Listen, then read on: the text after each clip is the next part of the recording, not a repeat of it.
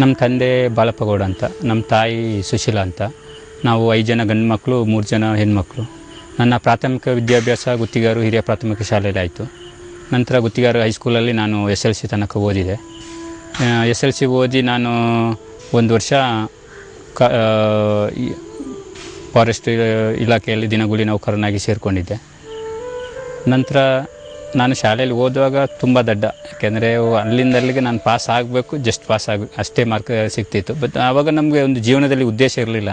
ಏನು ಆಟ ಆಡ್ಕೊಂಡು ಮಕ್ಕಳ ಜೊತೆ ಆಟ ಆಡ್ಕೊಂಡು ಹೋಗೋದು, ಓದೋದು, ಪರೀಕ್ಷೆ ಆಗೋದು, ಒಂದು ದಿವಸ ಓದೋದು, ಬರೆಯೋದು, ಇಷ್ಟೇ ಇದ್ದಿದ್ದು. ಆನಂತರ ನಮಗೆ ಈ ಒಂದು ನಾನು ನಮ್ಮ ಶಾಲೆ ಓದಿರೋ ಶಾಲೆ 1996ನೇ ಇಸವಿಗೆ ಶತಮಾನೋತ್ಸವ ಇತ್ತು. ನಾನು ಅವಧಿಯಲ್ಲಿ ನಾನು ಜಲಸೂರಲ್ಲಿ ಅರಣ್ಯ ಇಲಾಖೆ ತಪಾಸಣಾ ಇದರಲ್ಲಿ ದಿನಗೂಲಿ ನೌಕರನಾಗಿದ್ದೆ. ನಮ್ಮ ತಂದೆಗೆ ಒಬ್ಬರು ಸ್ನೇಹಿತರು ಶಿವಾನಂದ ಮುಂಡೋಡಿ ಅಂತ ಇದ್ದರು, ಮುಂಡೋಡಿ ಫ್ಯಾಮಿಲಿಯವರು. ಅವರು ನಮ್ಮ ತಂದೆಗೆ ತುಂಬ ಆತ್ಮೀಯರಾಗಿದ್ದರು, ತುಂಬ ವರ್ಷದಿಂದ ಅವರು ಆತ್ಮೀಯರಾಗಿದ್ದರು. ಅವ್ರದ್ದು ಜಮೀನೊಂದು ನಮ್ಮ ಮನೆಯಿಂದ ಒಂದು 8 ಕಿಲೋಮೀಟ್ರ್ ದೂರದಲ್ಲಿ ಅವ್ರ ಜಮೀನಿತ್ತು. ಆ ಜಮೀನಲ್ಲಿ ಯಾರು ಕೆಲಸದವರು ನಿಲ್ತಿರಲಿಲ್ಲ. ಹಾಗಾಗಿ ಪದೇ ಪದೇ ನಮ್ಮ ತಂದೆಗೆ ಯಾರನ್ನಾರು ಕೆಲಸದವ್ರನ್ನ ಕರ್ಕೊಂಡು ಬಂದು ಅಲ್ಲಿ ಕೆಲಸ ಮಾಡಿಸಿ ಅಣ್ಣ ಅಂತ ಹೇಳ್ತಾಯಿದ್ರು. ಹಾಗೆ ನಮ್ಮ ತಂದೆ ಅಲ್ಲಿ ಕೆಲಸದವರಿದ್ದಾಗ ಅವರಿಗೆ ಊಟ ಸಾಮಗ್ರಿ ಅದನ್ನೆಲ್ಲ ತಗೊಂಡು ಹೋಗಿ ಕೊಟ್ಟು ತರೋದು, ಅವರಿಗೆ ದುಡ್ಡು ಕೊಡೋದು, ಇದನ್ನು ಮಾಡ್ಕೊಂಡಿದ್ರು. ಈ ಅವಧಿಯಲ್ಲಿ ಆ ಶಿವಾನಂದ ಮುಂಡೋಡಿ ಮತ್ತು ಅವರ ಅಣ್ಣ ತಮ್ಮಂದಿರ ಮಧ್ಯೆ ಜಮೀನಿನ ವ್ಯಾಜ್ಯ ಒಂದು ನಡೀತಾ ಇತ್ತು. ಇವರಿಗೆ ಅವರ ಜಮೀನು ಭಾಗದಲ್ಲಿ ಹಣ ಕೊಡುವಂಥ ಒಂದು ಹಣ ಕೊಡೋಕ್ಕೆ ಬಾಕಿ ಇತ್ತು. ಅದನ್ನು ಇವರು ಪದೇ ಪದೇ ಕೇಳ್ತಾ ಇದ್ದರು. ನಮ್ಮ ತಂದೆ ಜೊತೆ ಅದನ್ನು ಪ್ರಸ್ತಾಪ ಕೂಡ ಮಾಡ್ತಿದ್ರು. ನಮ್ಮ ತಂದೆ ಅದ್ರ ಬಗ್ಗೆ ನಮಗೆ ಸಂಬಂಧ ಇಲ್ಲದ ವಿಷಯ ಅಂತೇಳಿ ಸುಮ್ಮನೆ ಇರ್ತಿದ್ರು. ಆದರೆ ಒಂದು ದಿವಸ ನಮ್ಮ ತಂದೆಗೆ ನನಗೆ ಮನೆಯಿಂದ ಅಡಿಕೆ ಕೊಡ್ತಾರೆ, ನಾನು ತರ್ತೇನೆ ಅದು ನನ್ನ ಸೊಸೈಟಿ ಲೋನ್ ಕಟ್ಟೋಕ್ಕೆ ಬಾಕಿ ಇದೆ, ಅದನ್ನೊಂದು ನೀವು ಕಟ್ಟಿಬಿಡಿ, ನಾನು ನಿಮಗೆ ದುಡ್ಡು ಕೊಡ್ತೇನೆ ಅಂತ ಅಂದರು. ತಂದೆ ಸರಿ ಅಂದರು. ಇವರು ಒಂದು ದಿವಸ ಭಾನುವಾರ ಕೆಲಸ ರಜೆ ದಿನ ಮಂಗಳೂರಿಂದ ಬಂದು ನಮ್ಮ ಮನೆಗೆ ಬಂದು ನಾನು ಅಡಿಕೆ ತಗೊಂಡು ಬರ್ತೇನೆ ಅಂತೇಳಿ ಹೋದರು ಅವ್ರ ಮನೆಗೆ. ಹೋಗ್ತಾ ಅವರ ಚಿಕ್ಕಪ್ಪನ ಮಗನ ಒಂದು ಲಾರಿ ತಗೊಂಡು ಅವ್ರ ಮನೆಗೆ ಹೋದಾಗ ಅವ್ರ ಮನೆಯಲ್ಲಿ ಅವರಿಗೆ ಅಡಿಕೆ ಕೊಡ್ತೇನೆ ಅಂತ ಹೇಳಿದ ಅವ್ರ ತಮ್ಮ ಅವರ ಒಂದು ಈ ಗೋಡನ್ನು ಬೀಗ ಹಾಕ್ಕೊಂಡು ಅವರು ಎಲ್ಲ ಹೋಗಿದ್ದರು. ಅವರು ಅಲ್ಲಿ ಮನೆಗೆ ತಾಯಿಯನ್ನೆಲ್ಲ ವಿಚಾರಿಸಿದಾಗ ನಮಗೇನು ಗೊತ್ತಿಲ್ಲ, ಅದು ನಿನ್ನ ತಮ್ಮನ ಜೊತೆ ಕೇಳ್ಕೊಂಡು ನೀನು ತಗೊಂಡು ಹೋಗಂತಂದರು. ಇವರು ಸಿಟ್ಟಲ್ಲಿ ಅವರ ಮನೆಯಲ್ಲಿದ್ದ ಆ ಅಡಿಕೆನ ಅವ್ರ ಕೆಲಸದವರು ಸೇರಿಕೊಂಡು ತಂದು ಲಾರಿಗೆ ತುಂಬಿ ನಮ್ಮ ಮನೆಗೆ ತಂದರು.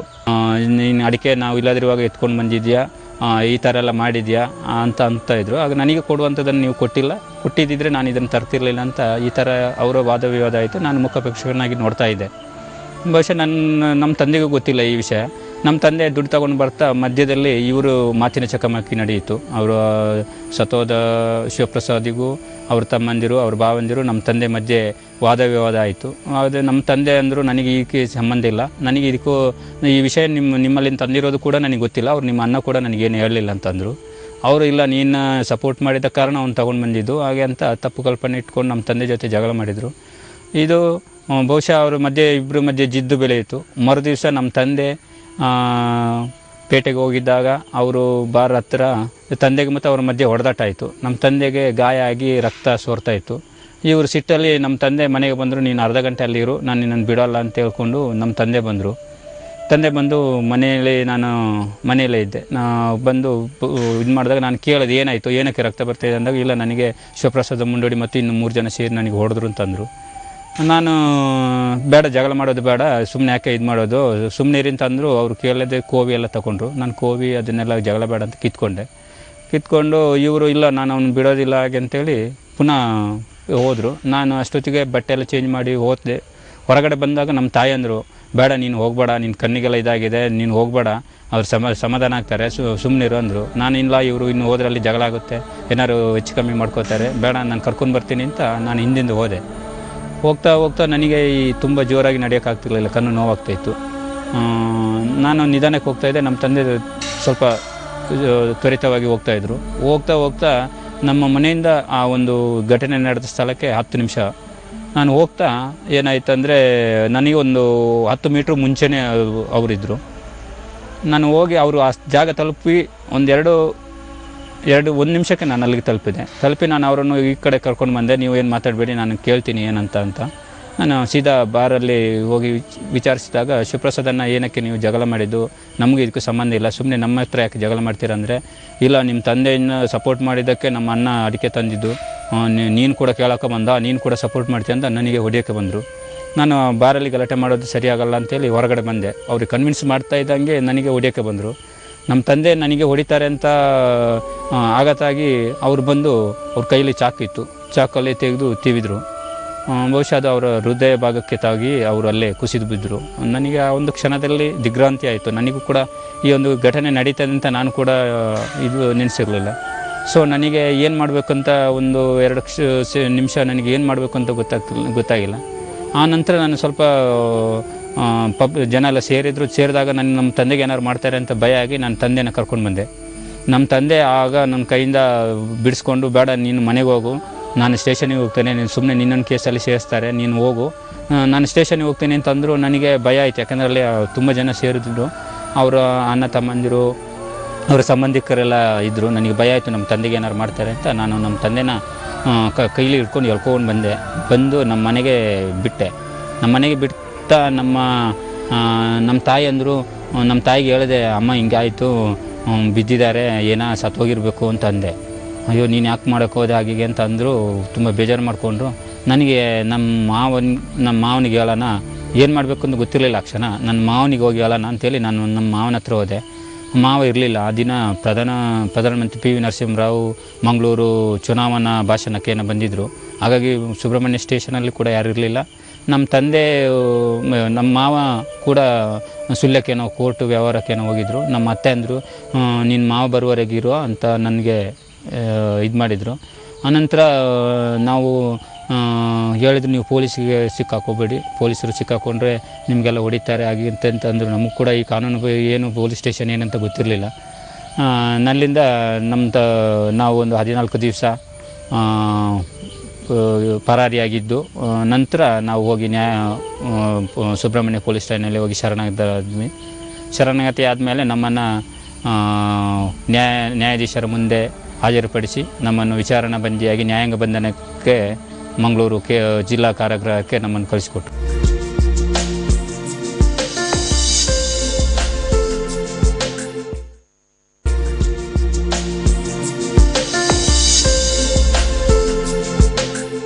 ಬಹುಶಃ ಈ ಘಟನೆ ಆಗಿದ್ದು 16/4/96ರಲ್ಲಿ ಈ ಒಂದು ಕೊಲೆ ನಡೆದಿತ್ತು. ಅಲ್ಲಿಂದ ನಾವು 29ನೇ ತಾರೀಕುವರೆಗೆ ಈ 15 ದಿವಸದ ಅವಧಿಯಲ್ಲಿ ನಾವು ಎಲ್ಲೋ ಪರಾರಿಯಾಗಿದ್ವಿ. 29ನೇ ತಾರೀಕಿಗೆ ನಾವು ಸುಬ್ರಹ್ಮಣ್ಯ ಪೊಲೀಸ್ ಸ್ಟೇಷನ್ಗೆ ಶರಣಾದ್ವಿ. ನಮ್ಮನ್ನು 30ನೇ ತಾರೀಕಿಗೆ ಜಿಲ್ಲಾ ಕಾರಾಗೃಹ ಮಂಗಳೂರಿಗೆ ನ್ಯಾಯಾಂಗ ಬಂಧನಕ್ಕೆ ಒಳಪಡಿಸಿದರು. ಅಲ್ಲಿಂದ ನಾನು ದಿನಾಂಕ 10/10/96 ತನಕ ನ್ಯಾಯಾಂಗ ಬಂಧನ ಅವಧಿಯಲ್ಲೇ ಇದ್ದೆ. ಆನಂತರ ನನಗೆ ಗೌರವಾನ್ವಿತ ನ್ಯಾಯಾಲಯ ಜಾಮೀನನ್ನು ನೀಡಿತು. ಜಾಮೀನು ನೀಡಿ ನಾನು ಬಿಡುಗಡೆಯಾಗಿ ಮನೆಗೆ ಬಂದೆ. ಮನೆಗೆ ಬಂದ ನಂತರ ನಾನು ನನ್ನ ವಿದ್ಯಾಭ್ಯಾಸದ ಕಡೆಗೆ ನನಗೆ ಆವಾಗ ಗೊತ್ತಾಯಿತು, ಈ ಕಾನೂನು ಪ್ರಕ್ರಿಯೆ ನಿರಪರಾಧಿ ಕೂಡ ಅಪರಾಧಿ ಆಗ್ತಾನೆ ಅಂತ ನನಗೆ ಆವಾಗ ಸ್ವಲ್ಪ ಅನಿಸ್ತು. ಬಹುಶಃ ಯಾಕೋ ನನ್ನ ಜೀವನಕ್ಕೂ ಇದು ಕುತ್ತು ತರುತ್ತೆ ಅಂತ ನಾನು ವಿದ್ಯಾಭ್ಯಾಸ ಮಾಡೋಣ ಅಂತ PUC ಮಾಡಿದೆ. ಸರ್ಕಾರಿ ಪ್ರೌಢಶಾಲೆ, ಈಗ ಅದು ಜೂನಿಯರ್ ಕಾಲೇಜ್ ಆಗಿದೆ. ಪ್ರವೇಶ ಮಾಡಿಕೊಂಡು ನಾನು ಪರೀಕ್ಷೆ ಬರೆದೆ, PUC ಪಾಸಾದೆ. ಆನಂತರ ನನಗೆ 3/8/2000 ಗೌರವಾನ್ವಿತ 3ನೇ ಹೆಚ್ಚುವರಿ ಜಿಲ್ಲಾ ಮತ್ತು ಸತ್ರ ನ್ಯಾಯಾಲಯ ಮಂಗಳೂರು ನನಗೆ 3/8/2000 ಆರೋಪ ಸಾಬೀತಾಗಿದೆ, ನಿಮಗೆ ಜೀವಾವಧಿ ಶಿಕ್ಷೆ ಅಂತ ನಮ್ಮನ್ನು ಶಿಕ್ಷೆ ಒಳಪಡಿಸಿ ಪುನಃ ನಮ್ಮನ್ನು ಮಂಗಳೂರು ಕಾರಾಗೃಹಕ್ಕೆ ದಾಖಲು ಮಾಡಿದರು. ಮೈಸೂರು ಜೈಲಿನ ವ್ಯಾಪ್ತಿಗೆ ಮಂಗಳೂರು ಜೈಲು ಒಳಪಟ್ಟ ಕಾರಣ ಶಿಕ್ಷಾಬಂದಿಯಾಗಿ ನಮ್ಮನ್ನು 5/8/2000 ಮೈಸೂರು ಕೇಂದ್ರ ಕಾರಾಗೃಹಕ್ಕೆ ವರ್ಗಾವಣೆ ಮಾಡಿದರು. ನಮ್ಮ ತಂದೆ ಆರೋಪಿ 1, ಆರೋಪಿ 2 ನಾನು, ಆರೋಪಿ 3 ಶಿವಾನಂದ ಮುಂಡೋಡಿ ಅಂತ. 3 ಜನಕ್ಕೂ ಜೀವಾವಧಿ ಶಿಕ್ಷೆ ಆಗಿತ್ತು. 3 ಜನ ಮತ್ತು ಅಲ್ಲಿ ಇನ್ನು ಬೇರೆ ಪ್ರಕರಣದಲ್ಲಿ ಶಿಕ್ಷೆ ಆದ ಒಟ್ಟು ನಮ್ಮನ್ನು 7 ಜನನ್ನು ವ್ಯಾನಲ್ಲಿ ಮೈಸೂರಿಗೆ ಕರ್ಕೊಂಡೋದ್ರು. ಅಲ್ಲಿ ಕರ್ಕೊಂಡೋಗಿ ನಮಗೆ ನನ್ನನ್ನು ಒಂದು ರೂಮಲ್ಲಿ, ನಮ್ಮ ತಂದೆನ ಒಂದು ರೂಮಲ್ಲಿ, ನಮ್ಮ ಕೇಸನ್ನು ಶಿವಾನಂದ ಮುಂಡೋಡಿಯವರನ್ನು ಒಂದು ರೂಮಲ್ಲಿ, 3 ರೂಮಲ್ಲಿ ಇದು ಮಾಡಿದರು. ಬಹುಶಃ ನಾನು ಸಾಯಂಕಾಲ ಆಗಿತ್ತು ನಾವು ಅಲ್ಲಿ ತಲುಪಿದಾಗ. ಪ್ರಕರಣದಲ್ಲಿ ಬಹುಶಃ ನನ್ನ ಆತ್ಮಸಾಕ್ಷಿಯಾಗಿ ನಾನು ನಿರಪರಾಧಿ. 17 ವರ್ಷ ಆಗಿತ್ತು, ಆದರೆ ಪೊಲೀಸರು ಚಾರ್ಜ್ ಶೀಟಲ್ಲಿ 18 ವರ್ಷ ಅಂತ ದಾಖಲು ಮಾಡಿದರು. ಹಾಗಾಗಿ ನನಗೂ ಕೂಡ ಅದು 17 ವರ್ಷ ಜುವೆನೈಲ್ ಆ್ಯಕ್ಟಲ್ಲಿ ಬರುತ್ತೆ, ಇದರಲ್ಲಿ ಮ್ಯಾಕ್ಸಿಮಮ್ ಸೆಂಟೆನ್ಸ್ 3 ವರ್ಷ ಅಂತ ನನಗೂ ಗೊತ್ತಿರಲಿಲ್ಲ. ನಂತರ ನನಗೆ ಅನಿಸ್ತು, ನಾನು ನಿರಪರಾಧಿಯಾಗಿ ನನ್ನ ಮೇಲೆ ಸುಳ್ಳು ಸಾಕ್ಷಿಯಲ್ಲಿ ನಾನು ಈ ಜೈಲಿಗೆ ಹೋಗುವಾಗ ಆಯಿತು, ಇನ್ನು ಮುಂದೆ ಯಾರಿಗೂ ಇದಾಗಬಾರ್ದು, ಮತ್ತು ನನ್ನ ಸ್ವತಂತ್ರ ರಕ್ಷಣೆಗೂ ಕೂಡ ನಾನು ಒಂದು ಕಾನೂನು ಪದವಿಯನ್ನು ಗಳಿಸಬೇಕು, ಕಾನೂನು ಬಗ್ಗೆ ಅರಿವು ಬೇಕು ಅಂತೇಳಿ ನನಗೆ ಕಾನೂನು ಪದವಿ ಪಡಿಬೇಕು ಅಂತಾಯಿತು. ನಾನು ವಿಚಾರಿಸಿದಾಗ BA ಆಗಿದ್ದರೆ 3 ವರ್ಷ, PUC ಆಗಿದ್ದರೆ 5 ವರ್ಷ ಅಂತ ಅಂದರು. 5 ವರ್ಷ ನನಗೆ ಕಾರಾಗೃಹದಿಂದ ಹೋಗಿ ಪದವಿ ತಗೊಳ್ಳೋದು ಅಸಾಧ್ಯ, 3 ವರ್ಷ ಅಂದರೆ ಡಿಗ್ರಿ ಮಾಡಬೇಕು ಅಂತಾಯಿತು. ನಾನು ಅಲ್ಲಿಂದ BA ಶಿಕ್ಷಣಕ್ಕೆ ನಾನು ಶಿಕ್ಷಣ ಮಾಡಿದೆ. BA ಆದಮೇಲೆ ನನಗೆ ಮಹಾಜನ ಕಾಲೇಜು ಮೈಸೂರಿಂದ ನನಗೆ ಕಾನೂನು ಪದವಿಗೆ ಅವಕಾಶವೂ ಸಿಕ್ತು. ಈ ಮಧ್ಯೆ ನಾನು B.Ed ಕೂಡ ಮಾಡಿಕೊಂಡೆ. B.Ed ಮಾಡಿಕೊಂಡು ಹಿಂದಿ B.Ed ಮಾಡಿದೆ. ನನಗೆ ಹಿಂದಿ ಬಗ್ಗೆ ಒಂದು ರಾಷ್ಟ್ರೀಯ ಭಾಷೆ ಅಲ್ಲ, ಹಿಂದಿ ಎಲ್ಲಾದರೂ ನಮ್ಮ ದೇಶದಲ್ಲಿ ಆ ಕಡೆ ಓಡಬೇಕಂದ್ರೆ ಹಿಂದಿ ಬೇಕಿತ್ತು. ನನಗೆ ಅನ್ನಿಸ್ತು ಯಾವುದೋ B.Ed ಮಾಡೋ ಬದಲು ಹಿಂದಿಯಲ್ಲಿ B.Ed ಮಾಡಿದರೆ ಒಂದು ಭಾಷೆನ ತಿಳ್ಕೊಂಡಂಗೆ ಆಗುತ್ತೆ. ನಾನು ಹಿಂದಿ B.Ed ಮಾಡಿಕೊಂಡೆ. ಜೈಲಲ್ಲಿ ಏನಂದರೆ ನ್ಯಾಯಾಲಯಕ್ಕೆ ಹಾಜರುಪಡಿಸೋದು, ಆಸ್ಪತ್ರೆ ಪ್ರತಿಯೊಂದಕ್ಕೂ CRನವರು ಇರ್ತಾರೆ, ಸಿಟಿ ರಿಸರ್ವ್ ಪೊಲೀಸ್ ಅಂತ ಮೈಸೂರದು, ಇನ್ನೊಂದು DR ಅಂತಿದೆ, ಡಿಸ್ಟಿಕ್ ರಿಸರ್ವ್ ಪೊಲೀಸು. ಇವರು ನಮಗೆ ಬೆಂಗಾವಲು ನೀಡಬೇಕು. ಬಹುಶಃ ಆ ಅವಧಿಯಲ್ಲಿ ಮೈಸೂರು ಕಾರಾಗೃಹದಲ್ಲಿ 1100 ಜನ ಇದ್ದರು. ಪ್ರತಿಯೊಬ್ಬರಿಗೆ ಕೋರ್ಟಿಗೆ ನ್ಯಾಯಾಲಯಕ್ಕೆ ಕರ್ಕೊಂಡು ಹೋಗೋದಕ್ಕೆ ಎಸ್ಕಾರ್ಟು ಸಾಕಾಗ್ತಿರ್ಲಿಲ್ಲ.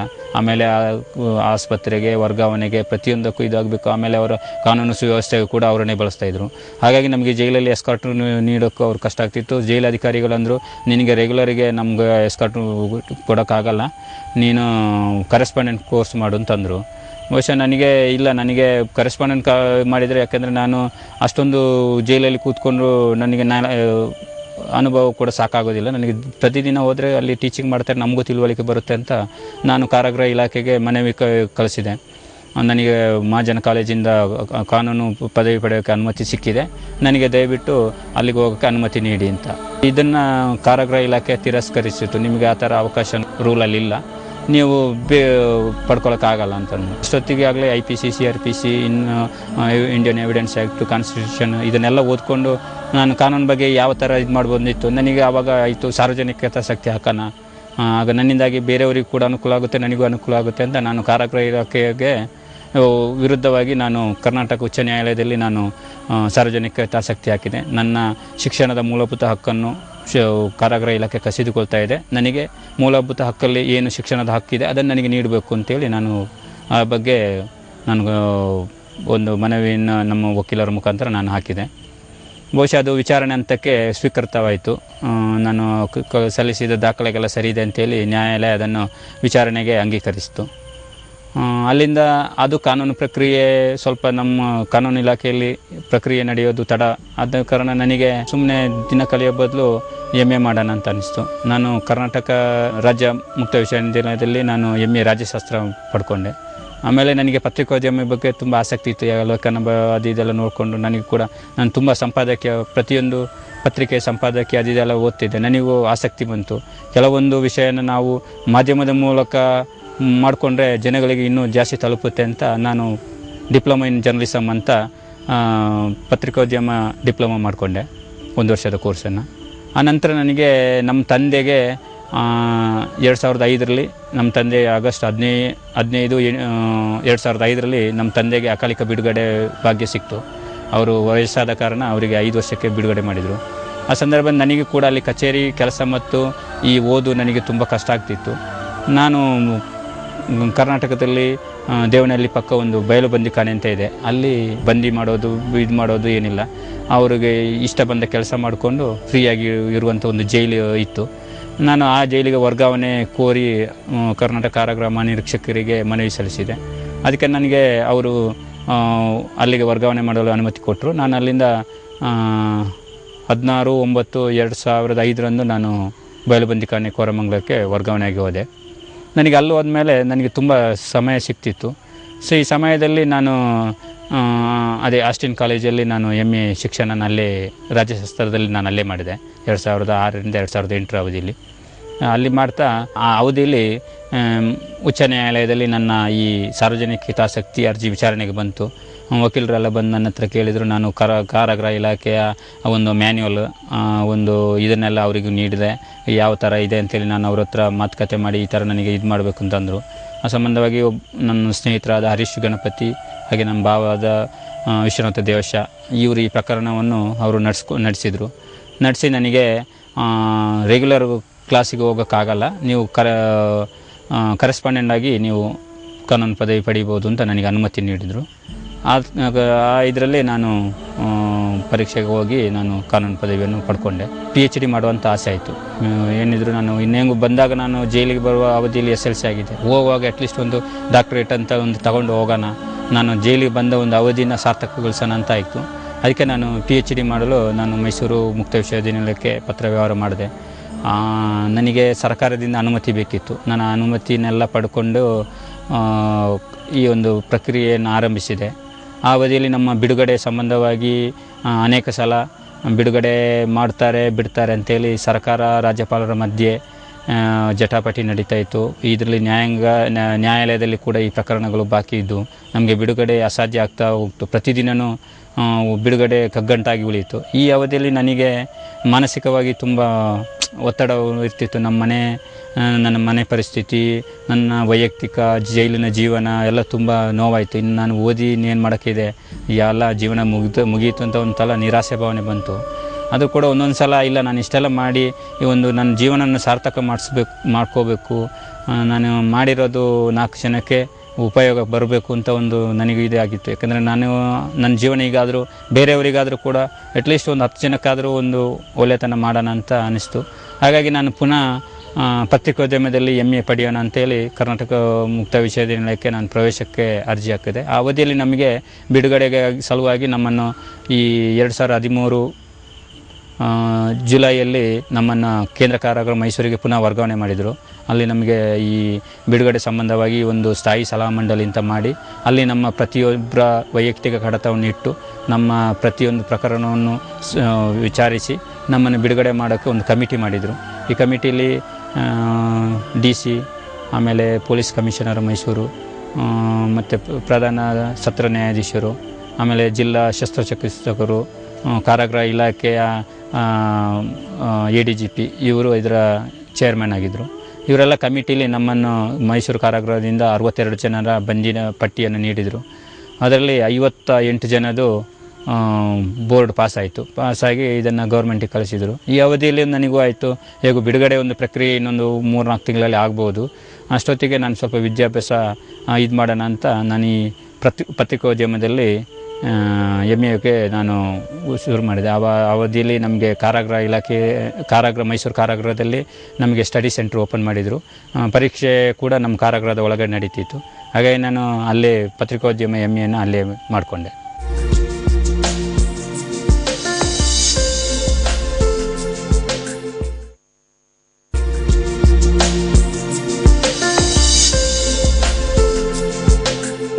ಈ ಕಾರಾಗೃಹದಲ್ಲಿ ಶಿಕ್ಷೆ ಆದ ನಂತರ ಬಂದಿಗಳಿಗೆ ಪೆರೋಲ್ ಅಂತ ಒಂದು ರಜೆ ಇದೆ. ಒಂದು 6 ತಿಂಗಳಿಗೆ ಒಂದು ಸಲ ಪೆರೋಲ್ ರಜೆ ಕೊಡ್ತಾರೆ. 3 ತಿಂಗಳ ಅವಧಿಯಲ್ಲಿ ಅವರ ಮನೆಯವರ ಜೊತೆ ಇದ್ದು ಪುನಃ ಆ ಒಂದು ನಿಗದಿಪಡಿಸಿದ ದಿನಾಂಕದಂದು ಸಾಯಂಕಾಲ 5:30 ಗಂಟೆಗೆ ಪುನಃ ಕಾರಾಗೃಹಕ್ಕೆ ಸ್ವಯಂ ಶರಣಾಗಬೇಕು. ಇಂಥ ಒಂದು ಪೆರೋಲ್ ರಜೆಯಲ್ಲಿ ನಾನು ಸುಮಾರು 18 ಸಲ ನಾನು ನಮ್ಮ ಊರಿಗೆ ಬಂದು ನನ್ನ ಈ ವಿದ್ಯಾಭ್ಯಾಸ ಸಲುವಾಗಿ ನಮ್ಮ ತಾಯಿ ಯೋಗಕ್ಷೇಮ ವಿಚಾರಿಸೋಕ್ಕೆ, ನಮ್ಮ ತಾಯಿ ಒಂದು ಹಾರ್ಟ್ ಪೇಷಂಟು, ಇವರು ಚಿಕಿತ್ಸೆ ಕೊಡೋದು, ಆಮೇಲೆ ಮನೆಯ ವ್ಯವಹಾರವನ್ನು ಇದನ್ನೆಲ್ಲ ನಿರ್ವಹಿಸಬೇಕಾಗಿತ್ತು. ನಾನು ಅದಕ್ಕೆ ಅನೇಕ ಸಲ 18 ಸಲ ಪೆರೋಲ್ ರಜೆಯಲ್ಲಿ ಬಂದೆ.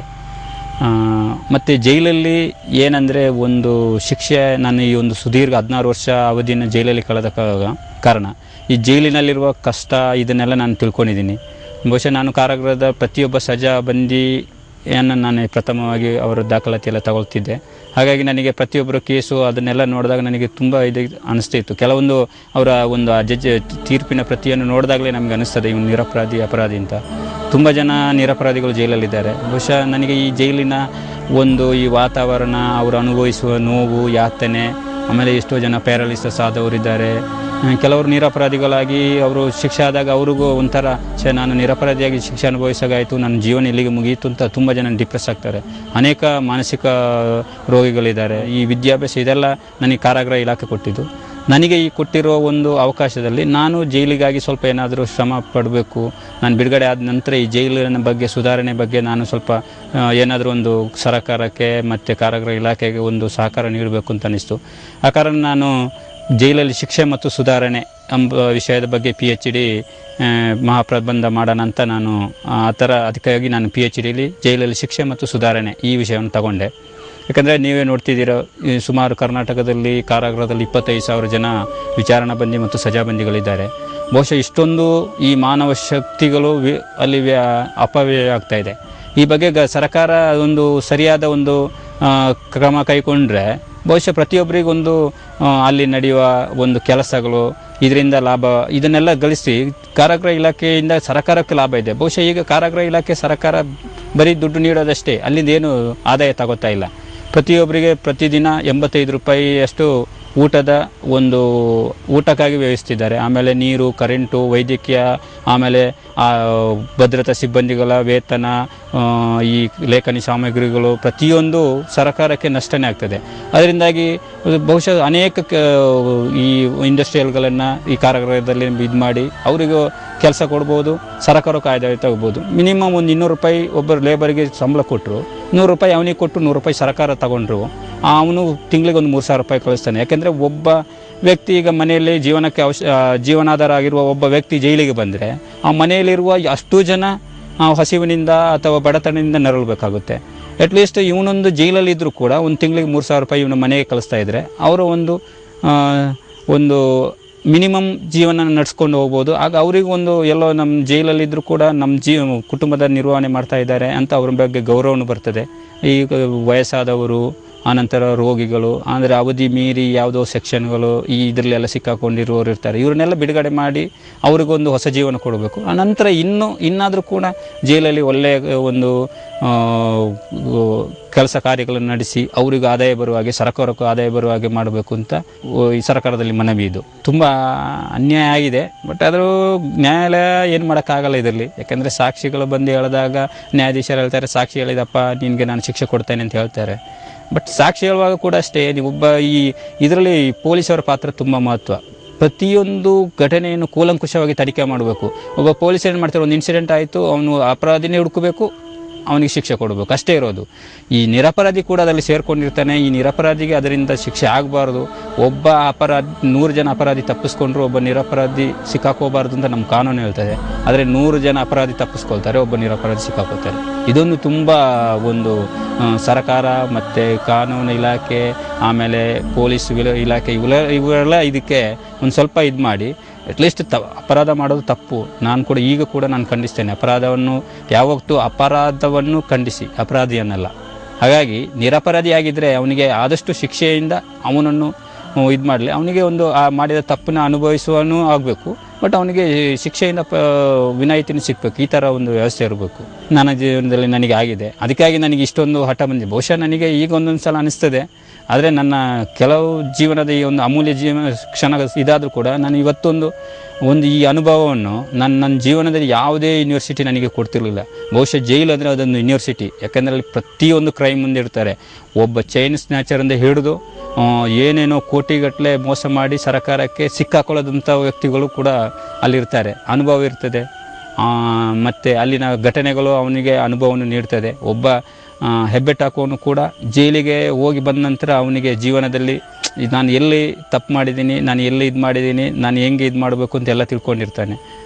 ಸೊ ಇದೊಂದು ತುಂಬ ನೋವು. ಆದರೂ ಕೂಡ ಏನು ಮಾಡೋಕ್ಕಾಗಲ್ಲ. ನಾವು ಕಾನೂನು ಪ್ರಕ್ರಿಯೆಗೆ ತಲೆಬಾಗಬೇಕು.